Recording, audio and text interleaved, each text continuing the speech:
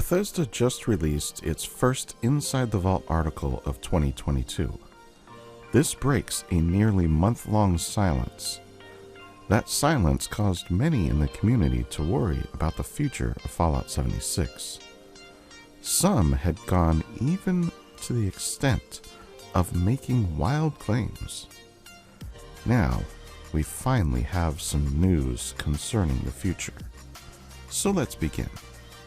There are many details to go over as this update is spread across 2 articles. As such, some of the finer details will be discussed later in this episode. For now, I'm just going to start with the Inside the Vault article. I will follow this with the finer details about the next update.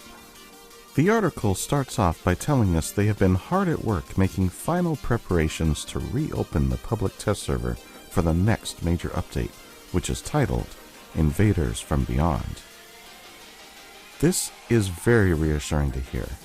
My concern for 76 was that a large portion of the staff had been pulled to work on Starfield. This may or may not be the case, but at least we now know things are moving forward in 76's development. As of the release of this article on January 14th of 2022, the PTS is reopening with the next update. So if you play on PC through Bethesda's launcher, you can go in and begin testing this new content. I encourage everyone to do this for 2 reasons. 1, it helps flesh out the new content and make sure that it is virtually bug-free at launch. 2, there is always a new pennant that can be obtained for participating in the PTS. I expect this will still be the case with this release as well. First, we find out that the Invaders from Beyond has changed from a public challenge to an all-new seasonal event. This means that instead of it being a one-and-done type of thing, this will be a returning event each year. This makes me very happy to see it, and also explains why they had to push back the release, since it is clear that they decided to rewrite the event. In this event, otherworldly interlopers, interesting word choice here, are invading our skies and preying on our brainwaves. So, Mr. Enigma, what's on your mind? Precisely. What's on all our minds? Brainwaves. This event will run every hour on the hour, just like every other seasonal event already does. When the event starts, an alien mothership will hover high above a high-profile location to deploy brainwave siphons. Our goal is to disrupt their efforts by destroying these siphons. Completing this event will give you a chance to earn rare plans to craft alien weapons and high-tech additions for your camp. Along with this event, curious visitors will be found at various other public events. This means that we are likely getting aliens showing up at these events. This update also brings some much-needed changes to the public and custom worlds. Now, we will be able to share progress of the scoreboard and non-repeatable daily and weekly challenges. This means that we finally have some further incentive to go into the worlds, as this is a good first step in allowing progression to carry over from worlds and adventure mode. There are several other features being added to the customization of worlds, so stay tuned for more information on that in a bit. There is also a new public event titled Test Your Metal, which is being included in the PTS, but is not scheduled for release with the Invaders update. This event will take place in the Savage Divide in the mountains near Monongah. A new gang has come to Appalachia named the Rust Eagles. They are an offshoot of the Blood Eagles, and they have put together an arena where gladiator-style combat can take place. They call it the Metal Dome. More on this event soon. Remember, this week is the Hunt for the Treasure Hunter event, so make sure you head out and find those treasures.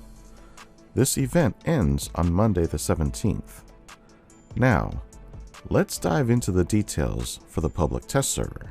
Starting with the new seasonal event, Invaders from Beyond. When the event starts, players must destroy 3 brainwave siphons, one after the other, before the aliens complete their brainwave extraction process. Each siphon is protected by a force field, which is controlled by a different alien commander. There will be alien forces that must be killed to draw out the commander. Once the commander comes out, the force field will drop, allowing you to destroy the siphon. If all 3 siphons are destroyed in time, you will receive random loot, XP, and have a chance to earn plans to craft alien weapons and high-tech camp objects. With this event, there will also be aliens that appear in other public events. Those events include Campfire Tales, Free Range, and Line in the Sand. You may also find these aliens in new random encounters throughout the wasteland. Moving right along in this update, we have some changes coming to Fallout Worlds. The first step in allowing progression to carry over from Worlds to Adventure Mode and vice versa is happening. Now, you can earn score from non-repeatable daily and weekly challenges no matter what mode you decide to use. There are also new settings that we can use to modify our worlds. We can now adjust the carry weight parameters. This means that we can now set the amount of weight we can carry, or we can simply change the multiplier to allow for more percentage of a max carry weight. This can range from 0 to 11 times the default carry weight. There is a new dismemberment setting that will make enemies explode into a confetti mess upon death. Also, VATS now has a setting that can be turned on or off entirely, or just in PvP situations. Perk effects are now able to be altered. This means that we can now choose whether players benefit from normal perk effects, including legendary perks. The relaxed building restrictions now have an option to allow you to toggle the snapping option. This gives you the ability to place objects even if they are intersecting another object. Last but not least, there is a new option for weather so that you can have the same sky as during the Mothman event. Now, let's talk about this new public event. The new event, titled Test Your Metal, is in the PTS now and is not scheduled for release until a future update. That just means that we are getting an early look at this event. This event will be located at the Metal Dome, which is found north of Fort Atlas. The Brotherhood of Steel has found this location, which is controlled by a group of Blood Eagles who call themselves the Rust Eagles. To start this event, you will have to speak to Initiate Papas. Once the event begins, you will join 3 members of the Brotherhood to compete as gladiators against the Rust Eagles' deadly machines. You and the Brotherhood will fight off 3 waves of robots. Each wave is a round, and you only advance when all bots are dead from that wave. Once you have defeated all 3 waves, you will earn some random loot, XP, and have a chance to earn rare rewards, including new Raider robot armor.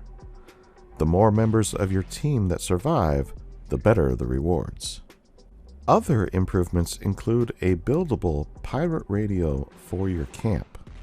This camp item will play the pirate radio station found on your Pip-Boy. Another improvement is that you can now make your backpack invisible, so only your character can be seen. I kinda like this idea.